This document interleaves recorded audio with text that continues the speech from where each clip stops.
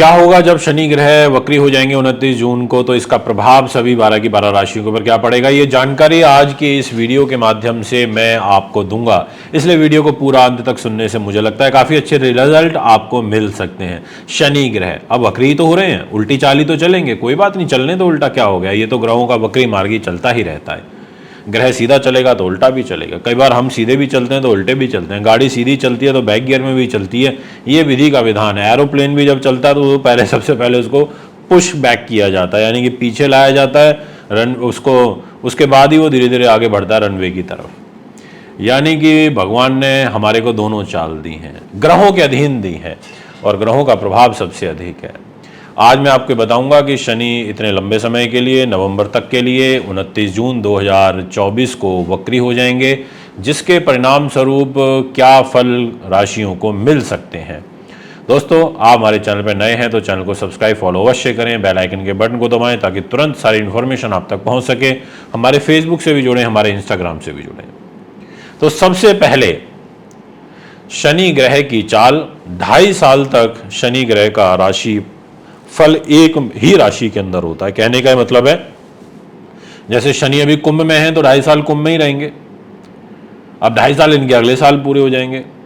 यानी कि कितना स्लो चलते हैं ये, आप ये सोच के देखिए, सबसे स्लो ग्रह है शनि और फिर ये वक्री हो जाए तो अब आप सोचिए जितना आगे बढ़ा होगा अब धीरे धीरे उतना पीछे चलना शुरू कर देगा। अब शनि ग्रह उल्टा चलेगा, यानी कि आप ऐसे मान के चलो कि जिस समय पर शनि वक्री होंगे, बहुत ध्यान से समझना मेरी बात को जो मैं आज आपको बताऊंगा, उस टाइम शनि का जो प्रभाव होगा वो लगभग 25 डिग्री का होगा। अब 25 से उल्टा चलना शुरू होंगे, अब 25 से उल्टा चलेंगे, फिर बाद में नवंबर में फिर सीधे चलने शुरू करेंगे। तो यानी कि शनि की जो अभी अवस्था है वो है मृत, शनि मृत अवस्था में है। मृत अवस्था का मतलब समझते हैं ना कि बिल्कुल अपनी 24 डिग्री पार करेगा, यानी कि अब धीरे धीरे धीरे आगे राशि परिवर्तन की ओर बढ़ रहे थे पर उसी से पहले बैक गियर लग जाएगा 29 जून को।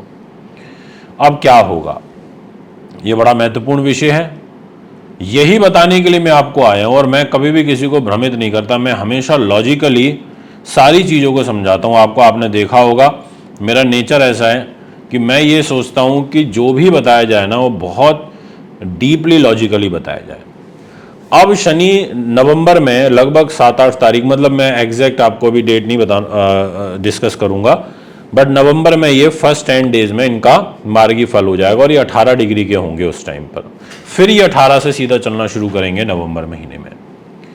दोस्तों, क्या होगा, सबसे पहले शुरुआत करूंगा आज आपसे मेष राशि को लेकर के।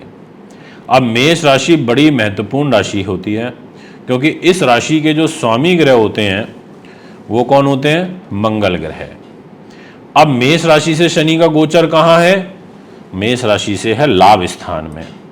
अब लाभ के घर में शनि उल्टे चलेंगे, यानी कि लाभ की स्थिति को ही तो बाधित करेंगे, या हम ये कह सकते हैं कि लाभ स्लो गति से आएगा क्योंकि वो धीरे धीरे चलेंगे, स्लो चलेंगे, उल्टे चलेंगे।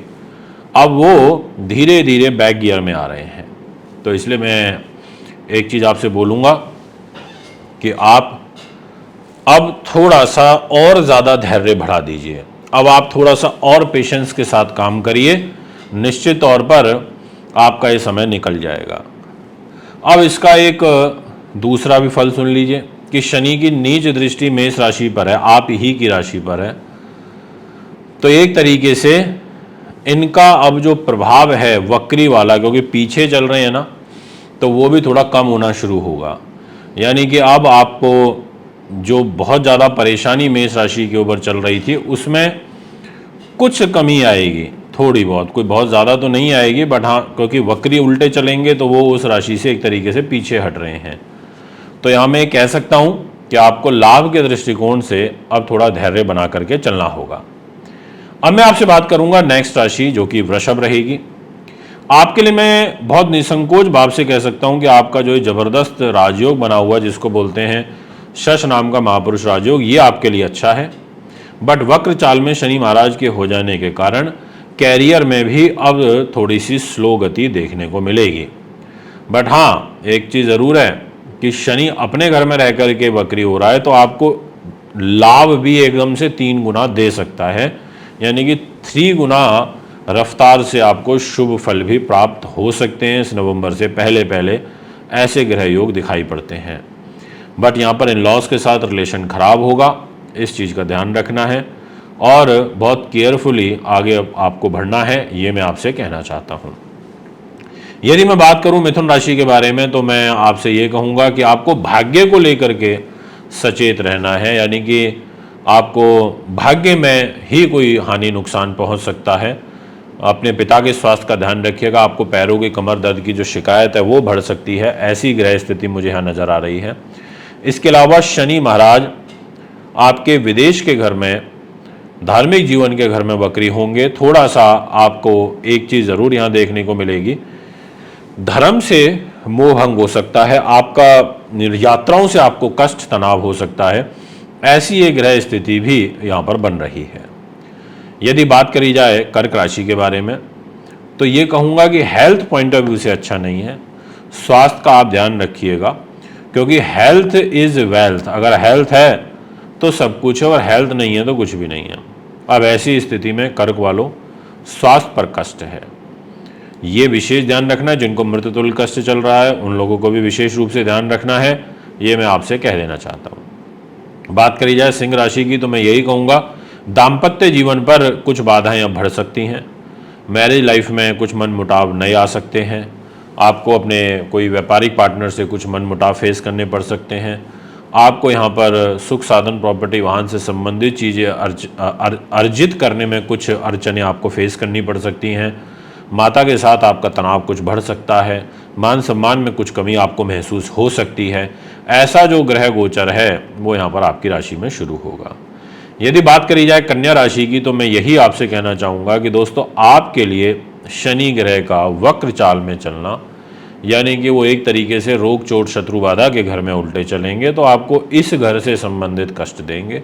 आपको इसी घर में पीड़ाएं देखने को मिलेंगी। आपको मतलब स्वास्थ्य में कुछ ना कुछ तकलीफ बराबर बनी रहेगी, ऐसा आपका ग्रह गोचर मुझे नज़र आता है।